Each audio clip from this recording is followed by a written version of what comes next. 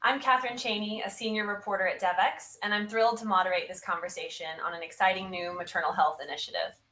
So in order to meet the SDG target for reducing maternal mortality, which is to get to fewer than 70 maternal deaths per 100,000 live births by 2030, the world needs to double the rate of progress it's made over the last decade. And unfortunately, as many of you know, if you're joining this conversation, the COVID-19 pandemic has actually worsened maternal health outcomes. So we have a lot of work to do. This makes locally driven solutions for maternal health services more critical than ever. And today, we'll learn more about strengthening systems for safer childbirth, which is a new public-private partnership from Merck for Mothers, which is also known as MSD for Mothers outside of the US and Canada. And that's Merck's $500 million maternal health initiative. Today, I'm joined by Dr. Ann Etiebet, lead for Merck for Mothers, also known as MSD for Mothers, Ambassador John Simon, who's the founder and managing partner of Total Impact Capital. He's also a member of the Merck for Mothers, or MSD for Mothers, Advisory Board.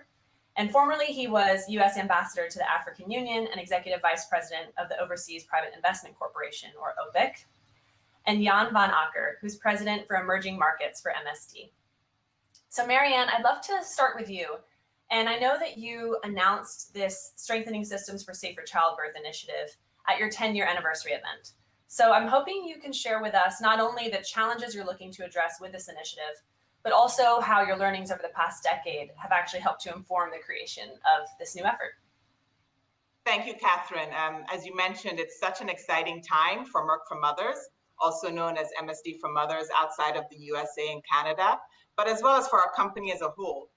We just celebrated this monumental 10-year anniversary of our company's commitment to helping end preventable maternal deaths and reducing the disparities we see in maternal health outcomes across the globe.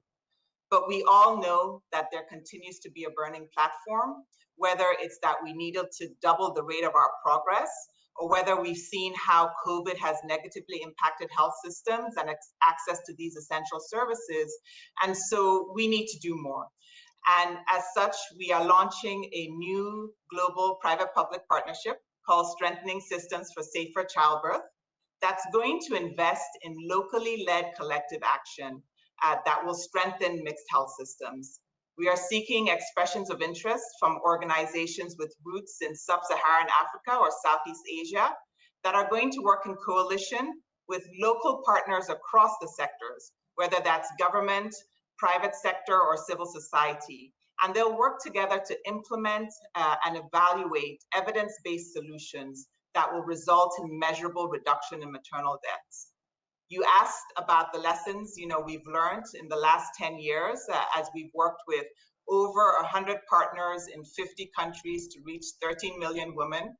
And what we've learned, if I could sum it up with just one saying, is that we, the collective we, can go further when we walk together. As Merck for Mothers, we're so proud that we've been able to fuel momentum for collective action, but we've also learned that the right action is action that is responsive to local needs on the ground and is informed by what women want and what women with lived experiences want.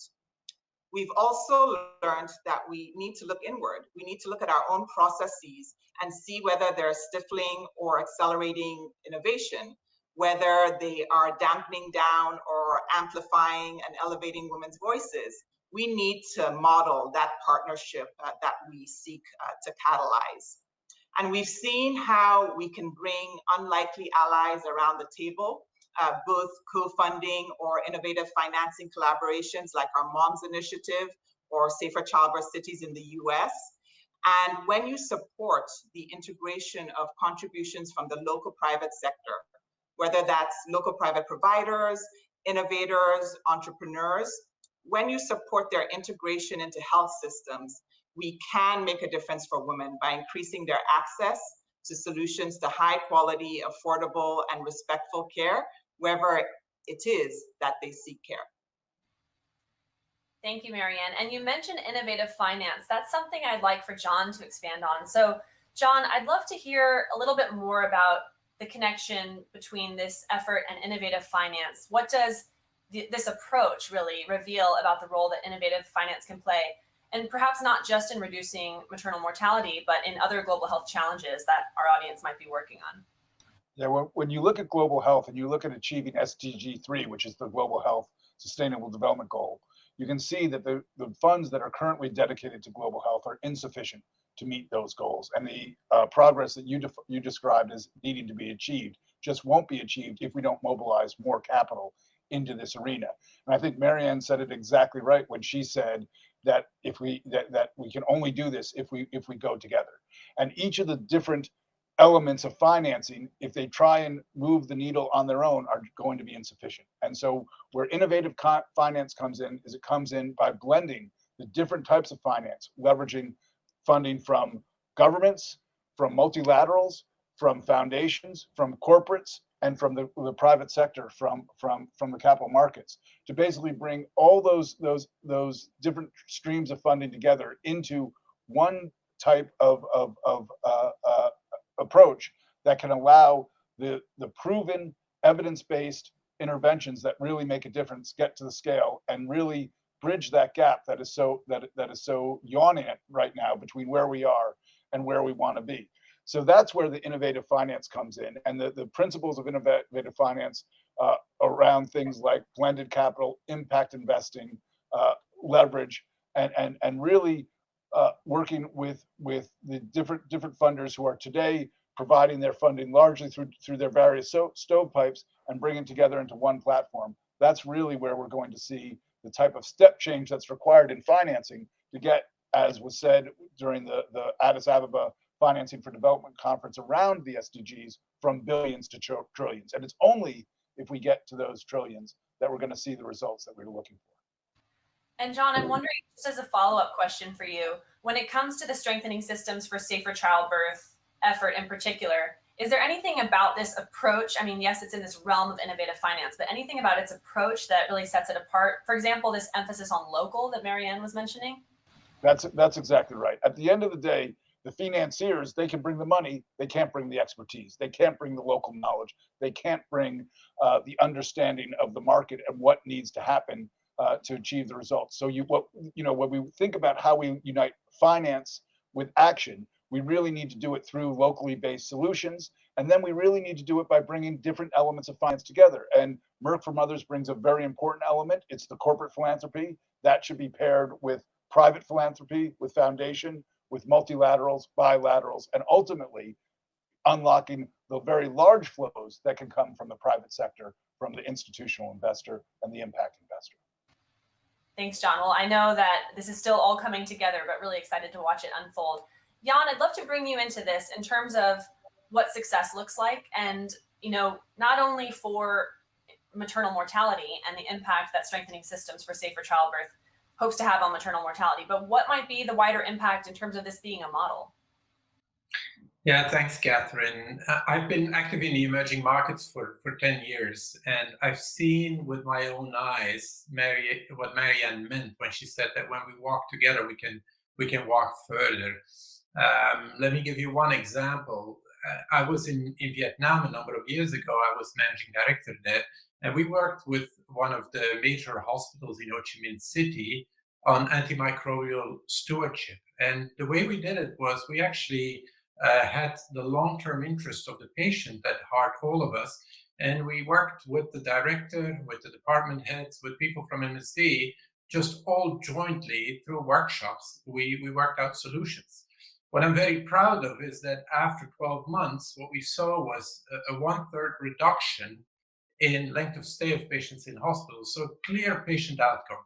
What I believe I saw there was that when you have a clear outcome in mind that's really kind of driven by the local needs, and when you trust one another, whether it's private institutions, whether it's corporations, whether it's governments, academia, that you can really deliver outcomes. Now, what I've seen there, and in multiple other examples across the emerging markets, is that this is very often dependent on individual champions driving it, from governments, from academia, from companies.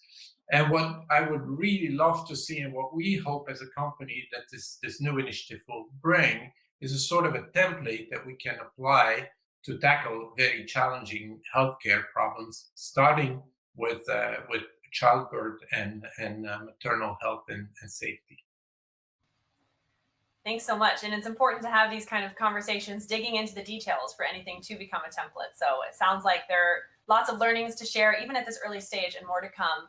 I'd love to hear from each of you, any kind of call to action for this group. There might be some who are hearing about this for the first time, others who are starting to get involved, but perhaps could bring others on board. So Marianne, I'll start with you in terms of a call to action. So the call to action is really simple, Catherine. It's join us, join us, join us.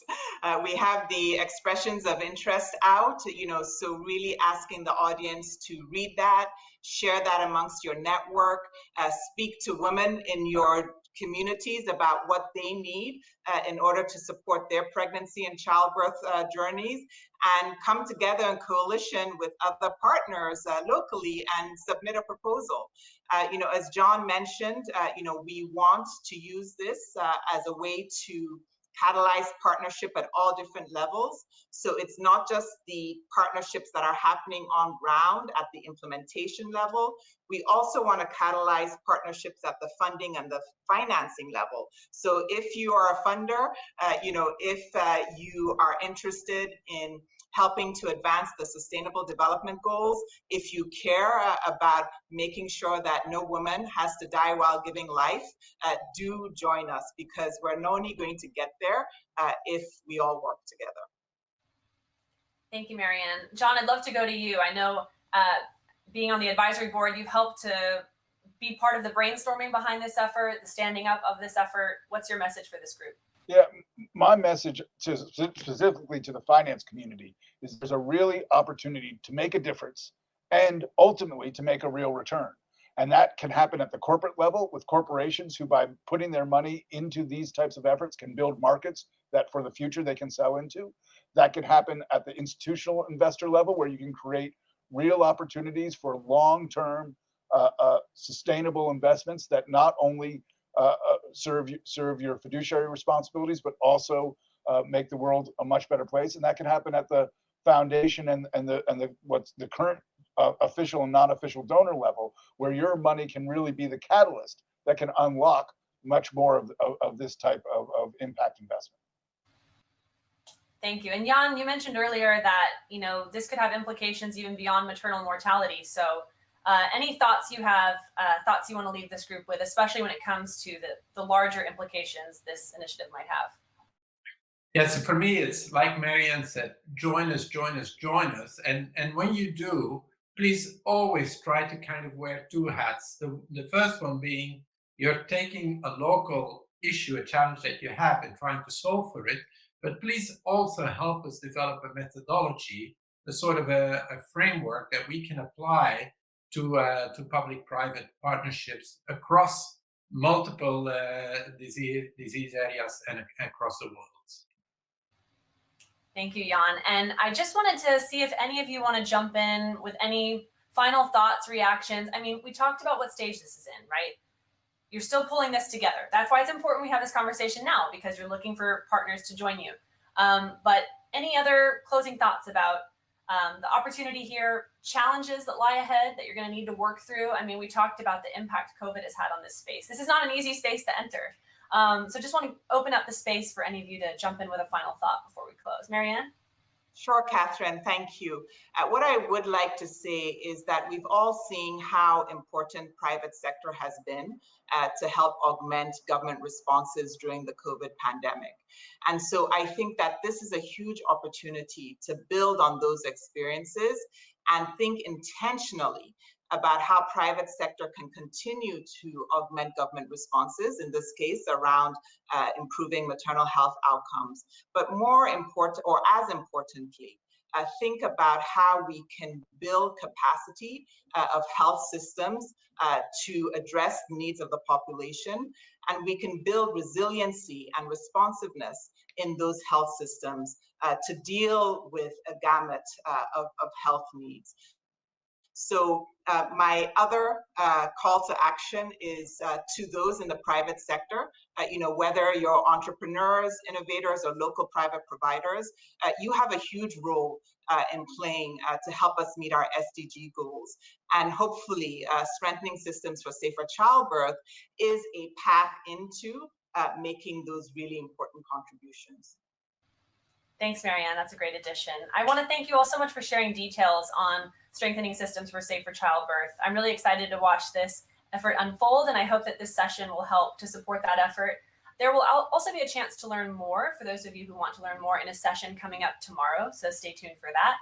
And also stay tuned for more coverage broadly of the role that innovative financing and local private sector collaborations can play in maternal health by following the Maternity Matters Funding the Future series. Thank you all.